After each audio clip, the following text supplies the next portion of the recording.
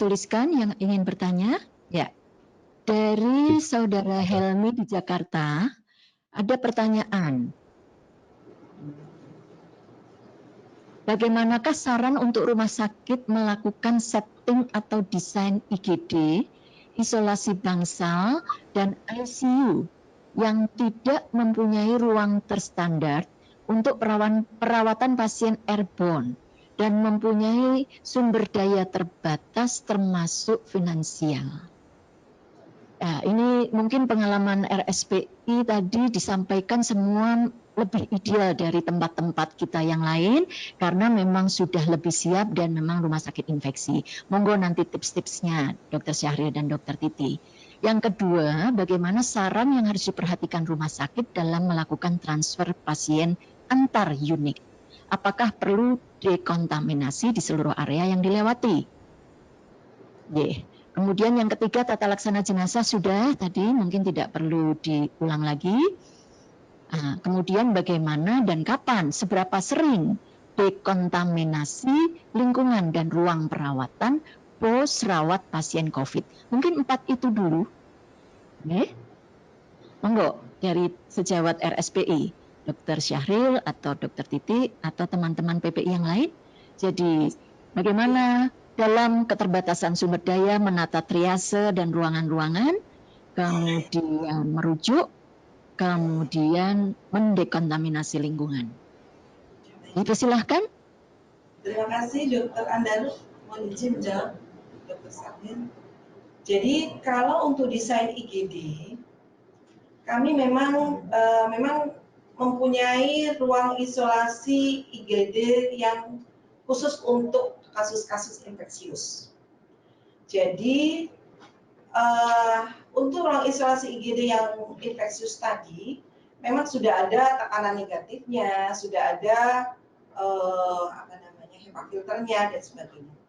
Namun dengan kondisi saat ini di mana sudah menjadi pandemi dan rumah sakit kami menjadi rujukan dari mana-mana untuk kasus-kasus PDP dan confirm, maka kami berusaha dengan satu menjaga jarak antara pasien. Yang kedua, untuk kasus-kasus yang memang ke arah PDP dan PDP dan confirm, kami tempatkan di daerah yang memang sebelumnya dipakai untuk kasus infeksius yang TB. Jadi waktu itu ada exhaust-nya, di mana exhaust tadi akan diarahkan keluar dengan untuk kami memang sudah sesuai misalnya dengan adanya UV-nya di dalam exhaust tadi, dalam ducting tadi ada UV-nya, ada HEPA filternya. Sehingga paling tidak arah aliran udaranya kalau untuk teman-teman yang di luar, tolong perhatikan sekarang arah aliran udaranya saja. Jadi arah aliran udaranya bergerak dari daerah yang lebih bersih ke arah yang pasien infeksius, di mana di situ bisa dibantu dengan menambah exhaust supaya kondisi ventilasi udara di IGD ini yang lebih aman. Sering bahwa exhaust itu ditempatkan di atas, yang betul exhaust itu ditempatkan di bawah, karena lebih mudah untuk penyedotan. Droplet pun demikian akan jatuh ke bawah, maka lebih mudah untuk penyedotannya. Jadi untuk desain di IGD paling tidak mengurangi kondisi konsentrasi kuman di udara di IGD dengan cara menambah exhaust, banyak exhaust di dekat tempat pasien. Dulu pernah juga ada guideline yang menyampaikan kita juga bisa memakai HEPA filter portable, diletakkan di dekat pasien sehingga dengan demi pada saat dia batuk dia akan tersedot. Untuk ICU kami ada Dr. Rumaisa, Dr. Echa, beberapa kali juga melakukan tindakan untuk kasus-kasus intubasi dan sebagainya. Beliau mungkin bisa menerangkan nantinya bagaimana untuk kondisi yang terbatas yang kita lakukan di rumah sakit ini pada saat dibutuhkan intubasi sementara pasien tidak berada di ICU yang dilengkapi dengan kondisi airborne. Tapi yang jelas petugas yang di IGD harus dia memakai APD lengkap. Sehingga demikian perlindungan, paling tidak perlindungan petugas sudah lebih aman, namun juga dengan pengendalian administratif di sini dan lingkungan, diantaranya pasiennya memakai masker, kemudian untuk lingkungannya kita bantu dengan eksis. Untuk nomor 2, dalam transfer pasien antar unit, kami perpindahan, kami sudah buat suatu alur, misalnya kalau pasien-pasien dari IGD akan ke ruangan, maka yang penting adalah karena sekarang sudah masuk, kami sudah lakukan semi zonasi, maka semua yang di situ diamankan dulu, ada satpam yang mengamankan dulu, menyampaikan bahwa akan ada yang lewat. Mudah-mudahan nanti kalau sudah ada kapsul transport itu jauh akan lebih nyaman lagi, sehingga lebih aman dan tidak terkontaminasi. Selama ini kami memindahkan dari IGD ke ruang isolasi memakai ambulan, sehingga hal ini akan memutus alur tadi. Namun karena ternyata kasusnya cukup banyak, maka sebagian kami juga masukkan lewat koridor. Namun koridor tersebut kami sudah sampaikan kepada semuanya yang atau petugas keamanan, kalau mau ada yang lewat dia harus diamankan. Apakah perlu dekontaminasi seluruh area? Kami lakukan ya. Jadi begitu, karena kami belum punya kapsul transport, sehingga kemungkinan untuk ini masih ada. Jadi kami dekon untuk daerah selasar yang dilewati. Nomor 3, untuk tata laksana jenazah yang baik menurut PPI. Itu IPJ. Jadi kalau kami di sini tadi sudah saya sampaikan bahwa untuk IPJ, untuk pemulasaran jenazah kami mandikan. Jadi tidak langsung masuk ke kantong plastik atau ke kantong jenazah, tidak. Kami mandikan dengan tata cara yang sudah kami lakukan selama ini untuk H5N1. Ada SOP-nya dari pemulasaran jenazah, diantaranya pasien kami bersihkan dulu dengan klorin, ditunggu 10 menit, kemudian baru setelah itu petugas jenazah membersihkan dan sebagainya pakai APD lengkap. Untuk dekontaminasi pos rawat pasien COVID, kami anjurkan Bapak Ibu kalau memang tidak memiliki dry mist dan sebagainya, Bapak Ibu bisa lakukan general cleaning, itu sudah cukup. Karena kuman ini dia mati dengan desinfektan seperti alkohol, klorin dan sebagainya. Jadi tidak masalah harus dekontaminasi dengan dry mist. Ya. Mungkin nanti dari saya juga bisa membantu, tapi saya berikan kepada Dr. Echa untuk menerangkan bagaimana proses intubasi ataupun masa ETT di tempat IGD. Jadi untuk tindakan yang suatu prosedur yang akan menimbulkan aerosol, seperti salah satunya adalah intubasi maupun pemberian inhalasi nebulizer di IGD, semua tindakan tersebut akan diatur pada area di mana terdekat dengan aliran exhaust. Jadi diatur pada sisi yang jalur aliran udara keluarnya, di mana exhaust-nya itu berada pas tepat di bawah bed pasien. Jadi sejak dari IGD kita perkirakan mana yang akan potensi dilakukan tindakan prosedur yang menimbulkan aerosol itu di area daerah terdekat dengan aliran exhaust tersebut.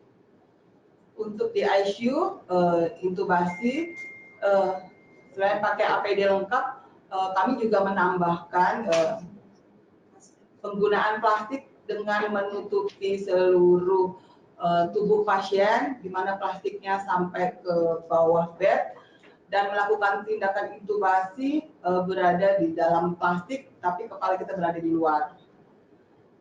Dan menggunakan alat video laryngoscope juga. Jadi selama ini kami menggunakan dengan penggunaan penambahan plastik tersebut. Demikian. Konfirmasi, Dr. Esa, apakah dalam lindungan ruangan yang bertekanan negatif atau di ruang umum yang harus menggunakan plastik tadi? Bisa di IGD maupun di ICU.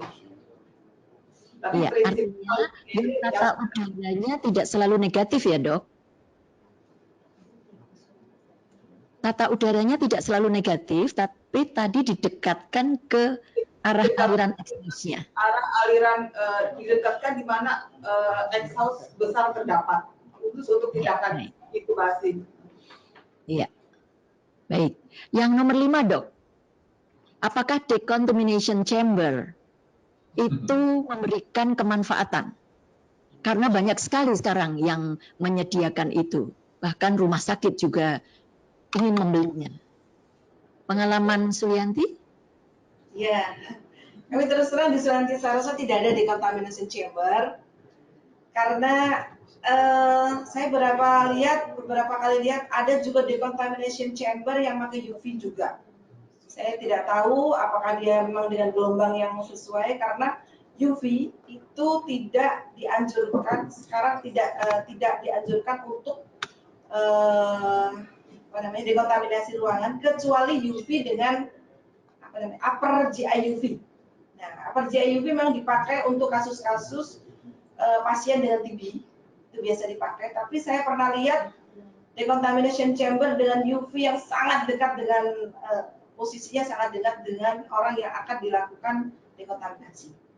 Untuk dekontaminasi di sini juga kita harus tahu apa desinfektan yang mau dipakai. Karena kalau untuk manusia terus terang bukan desinfeksi. Ya, untuk manusia hidup itu bukan desinfeksi kalau menurut kami. Bahwa kalau paling yang bisa dipakai mungkin alkohol mungkin masih bisa karena kita juga pakai untuk melakukan kebersihan tangan dengan alkohol. Tapi kalau memakai desinfeksi yang lain seperti yang desinfektan yang lain, saya khawatir ini akan berbahaya bagi kesehatan. Jadi ya.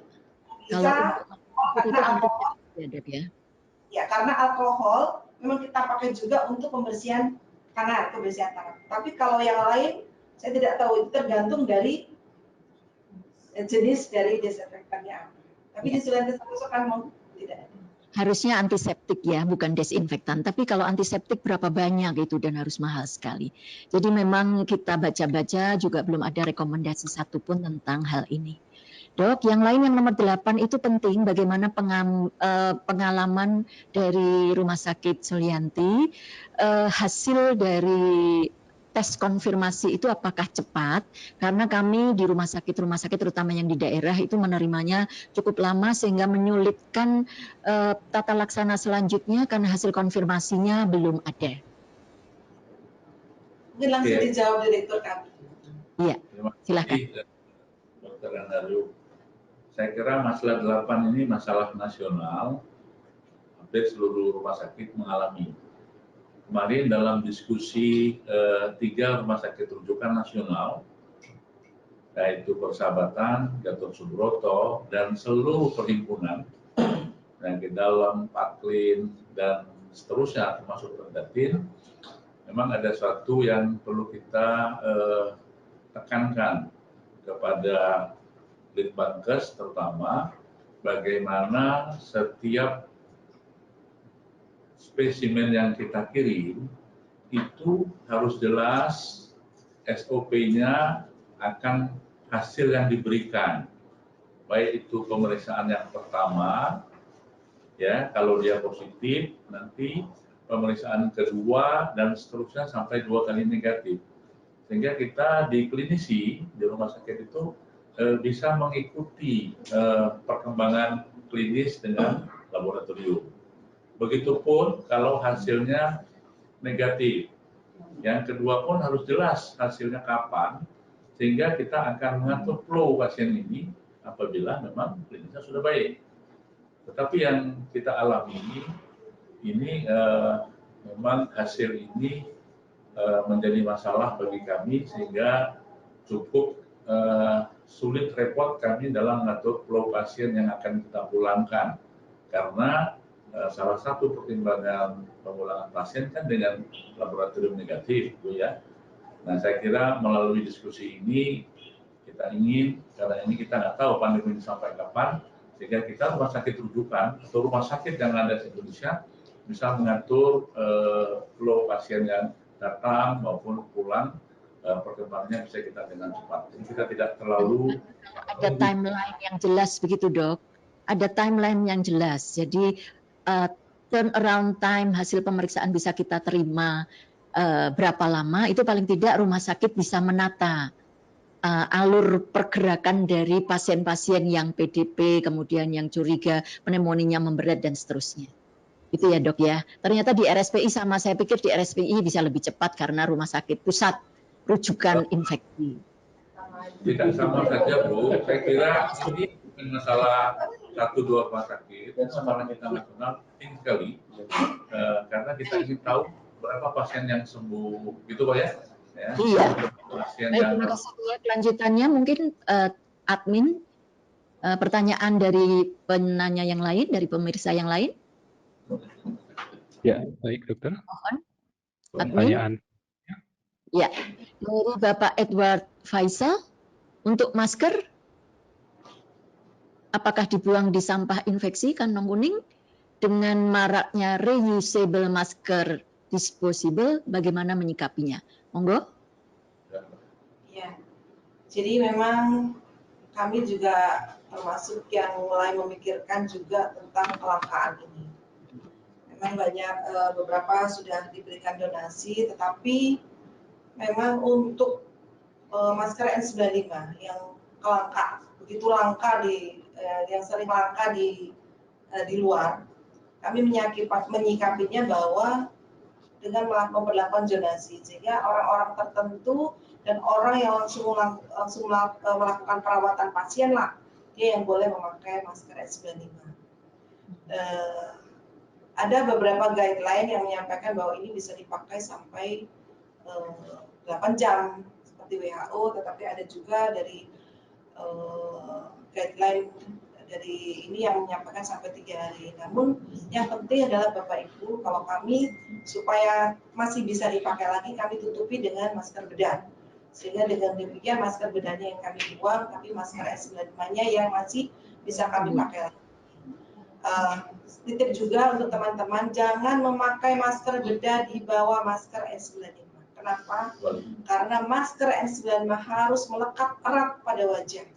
Kalau Bapak Ibu memakai masker bedah di bawah masker N95, yang terjadi adalah Bapak Ibu tidak bisa membuat masker N95 tadi melekat pada wajah Bapak Ibu.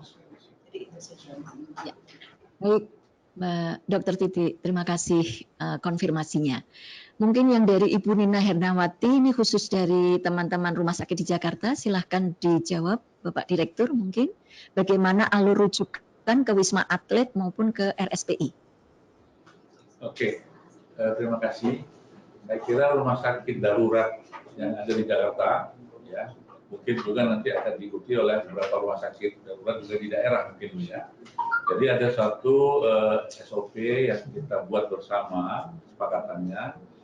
Jadi untuk Wisma Atlet itu bisa menerima langsung dari masyarakat datang, bisa rujukan dari rumah sakit dengan kriteria yaitu sakit ringan dan sedang, itu mereka. Dan sebaliknya rumah sakit darurat di Wisma Atlet itu juga bisa mengirim pasien ke rumah sakit yang merujukan untuk kasus-kasus yang berat. Dan kami sudah melakukan ini. Jadi kami mengirim dan juga dari Wisma Atlet juga mengirim ke kita. Tetapi kita sepakat tidak boleh ada yang rujuk lepas. Semuanya harus ada konfirmasi di kedua lembaga. Ya, baik Dr. Syahril penjelasannya. Mungkin masih ada pertanyaan lagi? Ya, RSUD Kota Yogyakarta. Reuse masker N95 tadi sudah dijelaskan. Bagaimana standar ruangan untuk operasi dan partes pasien PDP, Dok? Yang nomor 2 ini saja, bagaimana standar ruangan untuk operasi dan partes pasien PDP? Adakah kasus itu di SPI? Dibuka. Ini akan dijawab oleh Dr. Abdinal, spesialis bedah onkologi yang selama ini juga mengawal PPI di RSPI sebagai salah satu. Baik, dipersilakan, Dok. Ya, baik, terima kasih Bu.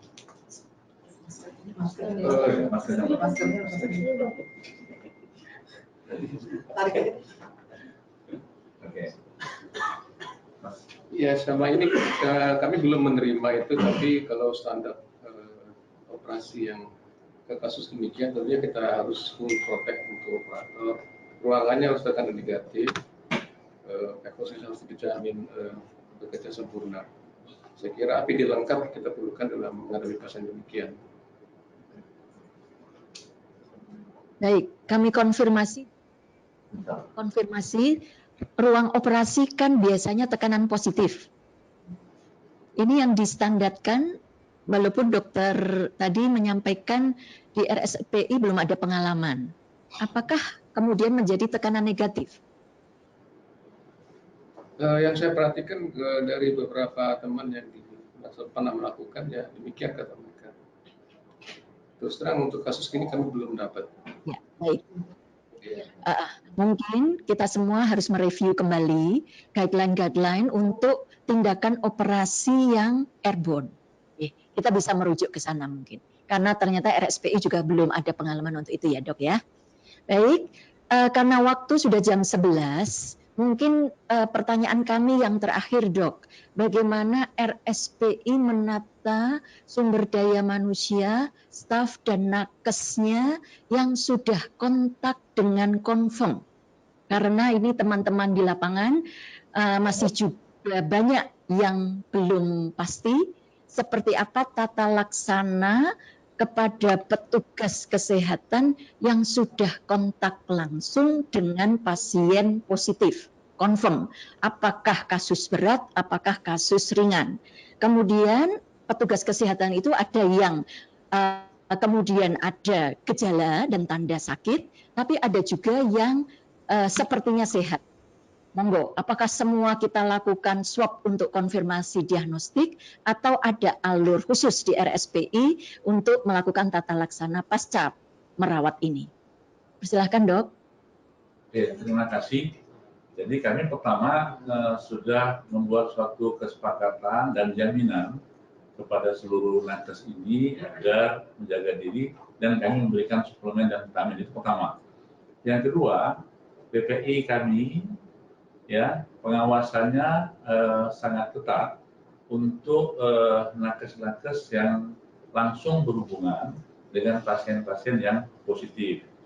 Nah, kita sudah meyakini kalau nakes kita menggunakan APD yang lengkap, itu tidak dianggap sebagai close kontak.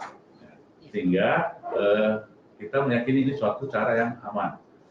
Tetapi kami sudah mempunyai program, satu adalah rapid test untuk pegawai-pegawai kita, bahkan seluruhnya, tapi karena keterbatasan kami membuat suatu prioritas lokasi yang diperiksa, baik rapid test maupun dilanjutkan dengan swab. Nah, tentu saja kami sudah punya juga bagaimana kalau dia positif dengan rapid test, kemudian dilanjutkan dengan swab dan sebagainya, kami ikuti pedoman itu. Dan yang kita pegang adalah dengan swab yang terakhir. Nah, saya kira sudah jelas di situ, apabila dia positif, bagaimana apakah kita akan dia diisolasi di rumah, gitu, sebagaimana kebijakan kita kalau dia tidak ada gejala. Bahkan memang harus ada yang harus kita rawat, ya, untuk pasien-pasien nakes kita yang memang positif dan bergejala. Baik gitu ya. Ya. Baik, akan ditambahkan Dokter Titi? Oke, ada yang nambahin sebentar, satu lagi. Silakan. Ini Dokter Teguh, spesialis mikrobiologi, yang juga tim PPI. Beliau adalah Wakil Ketua Komite PPI, spesialis mikrobiologi di RSPI. Silakan. Terima kasih Dr. Andaro dan jawab semua. Tapi berdasarkan tadi apa yang disampaikan Pak Dirut, memang beberapa antisipasi yang memang kita sudah kami lakukan untuk mencoba untuk meningkatkan daya tahan tubuh kita, terus kemudian juga menjaga semua karyawan dan staf-staf RSPI, terutama yang memang harus berhadapan langsung dengan pasien-pasien COVID, itu sudah dilakukan berdasarkan standar-standar yang sudah dipahami bersama. Tetapi kemudian juga memang memang kemungkinan adanya infeksi, kemudian juga adanya gejala-gejala yang mengenai teman-teman karyawan, terutama para dokter dan staf medis dan juga laboratorium itu sangat mungkin sekali. Nah, kami sudah melakukan tindakan, salah satunya adalah kami sudah melakukan tindakan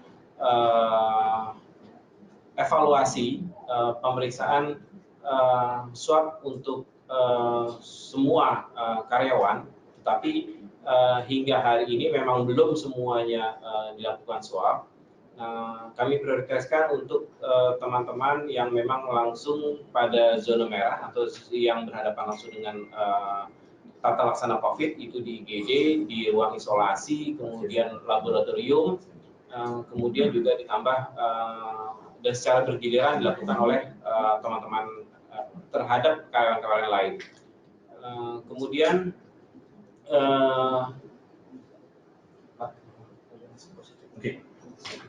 sudah ya. Bu, saya tambahin sedikit ya. Sekedar dari sudah ada, Dok. Hasil swab tadi untuk tenaga kesehatan yang kontak langsung semua sudah ada dan semua baik ya, insya Allah ya. Sudah ada. Bukan, kami masih dalam masalah karena banyak sekali. Sehari kita hanya bisa periksa 30 sampai 40. Jadi bertahap untuk lokasi-lokasi yang memang menjadi prioritas. Dan itu belum ada hasilnya, Dok. Itu belum diterima hasilnya. Ada, bahkan ada yang kita rawat dan alhamdulillah sudah sembuh, kira-kira ya. Jadi begitu. Nah, bagi informasi buat kita semua, jadi di RSPI ini membentuk namanya Pokja SDM dan Pokja Kesejahteraan SDM. Nah, Pokja Kesejahteraan inilah itu akan mengawal semua pegawai kita yang sedang melakukan barengan itu dengan upaya-upaya agar memang mereka dijamin oleh RSPI gitu. Ya. Terima kasih. Ya. Baik, terima kasih pengalaman di RSPI, Dr. Syahril dan teman-teman di RSPI. Semoga selalu diberi kesehatan dan kemampuan, kelancaran di dalam merawat pasien-pasien yang membutuhkan perawatan di RSPI. Dan bersama-sama kita semua di Indonesia menghadapi dan membantu masyarakat semua di dalam pemerintah di dalam menghadapi wabah ini. Mungkin karena waktu, kita cukupkan sampai di sini. Terima kasih sekali. Saya kembalikan Dr. Prof. Laksono, dipersilahkan. Terima kasih Bu Andaru. Selamat pagi. Assalamualaikum warahmatullahi wabarakatuh. Terima kasih sekali Pak Syahril dan teman-teman dari Rumah Sakit Penyakit Infeksi Dr. Saroso ya.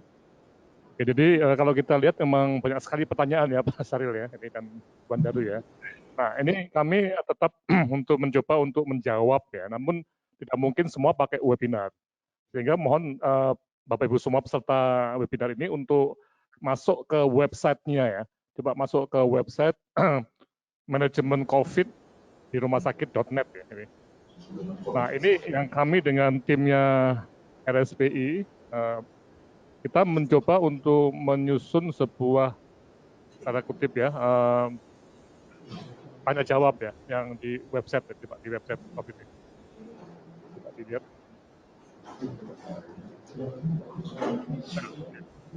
Ya, coba Bapak Ibu semua buka ya di websitenya www.manajemen-covid-ri rumah sakit. Nah, di depan itu ada tanya jawab.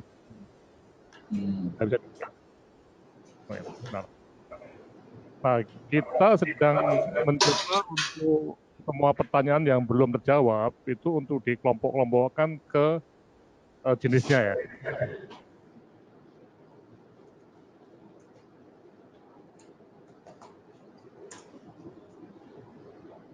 Nggak bisa. Atau sedang ada masalah. Oke, tapi artinya begini ya. Bapak Ibu semua nanti kita akan kirimkan kabar ya, di mana pertanyaan-pertanyaan yang belum terjawab itu akan bisa dijawab, tapi tertulis ini di website. Ini, bentar kita lihat lagi ya. Nah.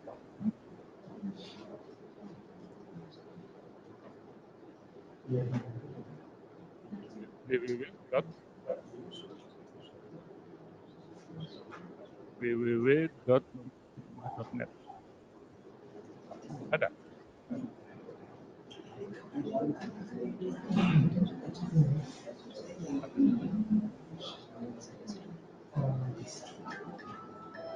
Ya, nah, saya kira nanti bisa ada masalah teknis ini. Ya.